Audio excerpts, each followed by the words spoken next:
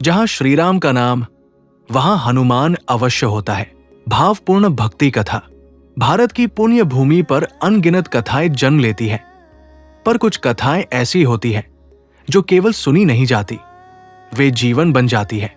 ऐसी ही एक अमर अनुभूति है ये विश्वास कि जहां श्री राम का नाम लिया जाता है, वहां हनुमान अवश्य उपस्थित होते हैं। ये केवल पंक्ति नहीं, बल्कि भक्ति का जीवंत सत्य है। ये कथा उस सत्य की है जो युगों से राम भक्तों के हृदय में धड़कता आया है। राम नाम की महिमा अयोध्या की गलियों से लेकर घने वनों तक, हिमालय की चोटियों से लेकर समुद्र के तट तक, जहां भी राम नाम गूंजा, वहां शांति, साहस और करुणा का संचार हुआ। राम नाम स्वयं में संपूर्ण है। वो मर्यादा है, धर्म है और करुणा का अवतार है।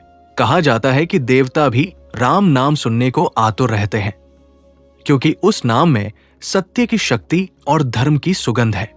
पर इस नाम का सबसे बड़ा उपासक, सबसे पहला सेवक और सबसे सच्चा रक्षक है हनुमान। हनुमान भक्ति का सजीव स्वरूप। हनुमान केवल बल और पराक्रम के प्रतीक नहीं है, वे त्याग, सेवा और समर्पण की मूर्ति है। उनका जीवन एक ही उद्देश्य से बंधा है, रामकाज। जब हनुमान का जन्म हुआ, तभी से उनके हृदय में एक अदृश्य पुकार थी। वे स्वयं नहीं जानते थे कि वो पुकार क्या है, पर उनका मन किसी अनदेखे स्वामी की ओर खिंचता रहता था। वो स्वामी थे श्री राम। पहली भेंट। आत्मा ने आत्मा को पहचाना। वनवास के समय जब राम और लक्ष्मण ऋष्यमुख पर्वत की ओर बढ़े, तब सुग्रीव की ओर से हनुमान ने ब्राह्मण वेश धारण कर उनसे संवाद किया। हनुमान के मधुर वचनों में ऐसा विनय था कि राम तुरंत समझ गए, ये साधारण वानर नहीं, कोई महान आत्मा है। उसी क्षण हनुमान के भीतर कुछ टूट गया और कुछ जुड़ गया। टूटा अहंकार का अंश, जुड़ा अनंत भक्ति का सूत्र। हनुमान समझ गए कि यही वो राम है जिनकी खोज में उनका जीवन भटकता रहा। सीता की खोज और राम नाम का चमत्कार। लंका की अशोक वाटिका में जब हनुमान ने माता सीता को राम की मुद्रिका दी और राम नाम सुनाया, तो वो नाम केवल सांत्वना नहीं था, वो आशा का दीप था। सीता जी जान गई कि जहां राम का नाम है, वहां संकट टिक नहीं सकता, और जहां हनुमान है, वहां पराजय संभव नहीं।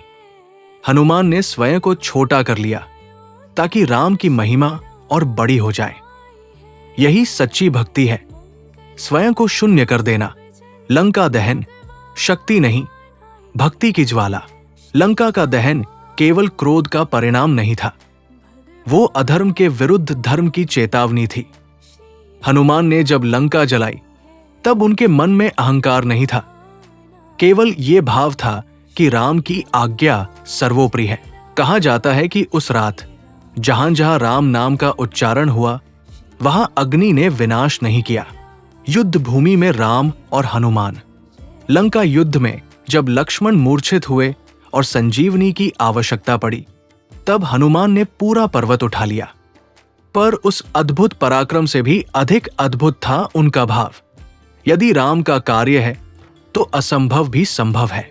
युद्ध भूमि में राम जहां जहां दृष्टि डालते, वहां हनुमान खड़े मिलते, कभी ध्वज बनकर, कभी कवच बनकर, कभी प्राण रक्षक बनकर।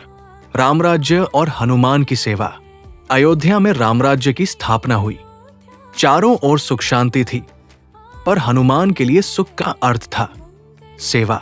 जब राम सिंहासन पर बैठे, तब हनुमान चरणों में बैठ गए।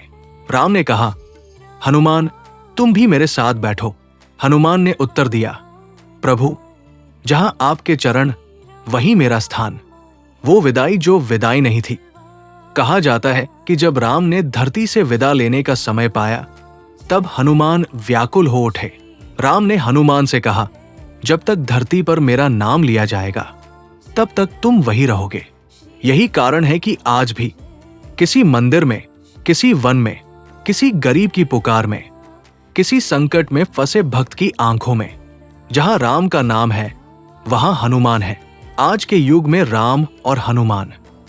कलयुग में जब मनुष्य भय, भ्रम और अहंकार से घिरा है, तब राम नाम दीपक बनकर अंधकार मिटाता है और उस दीपक की लौ की रक्षा करते हैं हनुमान। जब कोई जय श्री राम कहता है तो हनुमान मुस्कुराते हैं।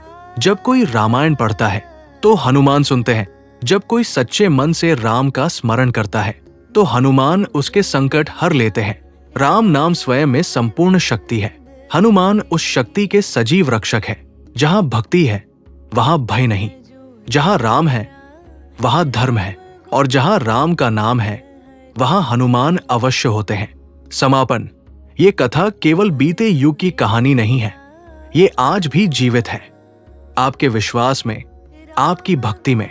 जब भी मन डगमगाए, जब भी जीवन कठिन लगे, बस एक बार कहिए जय श्री राम और निश्चिंत हो जाइए, क्योंकि जहां श्री राम का नाम वहां हनुमान अवश्य होता है। वीडियो पसंद आए तो लाइक करें, सब्सक्राइब करें और जरूर शेयर करें। कमेंट में जरूर बताइए जय बजरंगबली, जय श्री राम।